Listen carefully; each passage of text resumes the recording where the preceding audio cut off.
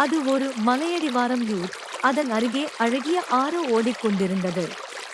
அங்கே ஆறு ஓடிக்கொண்டிருந்ததால் மலையடிவாரத்தில் பச்சை பசேல் என்று போல் வளர்ந்திருந்தது. மலையடிவாரத்தின் மேலே அங்கங்கே காணப்படும் சமபரப்பு பகுதியில் சின்னஞ்சிறு வீடுகள் இருந்தன. அங்கு வாழும் மக்கள் தங்களது பிழைப்புக்காக ஆடு, மாடு இன்னும் பிற கால்நடைகளை வளர்த்து வந்தனர். அதிலிருந்து வரும் வருவாயைக் கொண்டு வாழ்க்கையை ஓட்டிக் கொண்டிருந்தனர். அவர்கள் வளர்க்கும் ஆடுகள் மலையடிவாரத்தில் வளர்ந்துள்ள புல்லைத் தின்ன அங்கே மேய வரும். மாடுகளால் சரிவில் நிற்க முடியாததால் அவைகள் அங்கு வருவதில்லை. அங்கே ஒரு முரட்டு ஆடு இருந்தது. உடல் பருத்து, கொம்புகள் இரண்டும் வளர்ந்து முறுக்கிக் கொண்டு நின்றன. அதைப் பார்த்து மற்ற ஆடுகள் பயந்து ஒதுங்கிப் போய்விடும். அதனால் அந்த முரட்டு ஆட்டுக்கு திமிர் வந்துவிட்டது.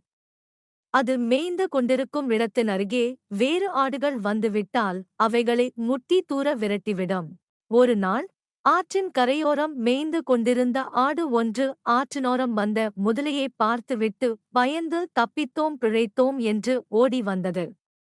பயந்து ஓடி வந்த அந்த ஆடு முரட்டு ஆடு மேய்ந்து கொண்டிருந்த இடத்தின் அருகே வந்துவிட்டது. அதைப் பார்த்த முரட்டு ஆடு ஓடி வந்த ஆட்டைப் பார்த்து, நான் மேய்ந்து கொண்டிருக்கும் இடத்துக்கு நீ எப்படி வரலாம் என்று கோபமாகக் கேட்டதையூர். அதற்கு அந்த ஆடு, அங்கே முதலையைப் பார்த்தேன். அதனால் வேகமாக ஓடி வந்து விட்டேன் என்று அமைதியாக சொன்னது. முரட்டு ஆடோ அது சொன்னதைக் கேட்கவில்லை. ஓடி வந்த அந்த ஆட்டுடன் சண்டை போட ஆரம்பித்தது. அந்த ஆடோ சண்டை போட விரும்பாமல் சமாதானமாகவே பேசியது. முரட்டு ஆடோ அது சொன்னதைக் கேட்கவில்லை.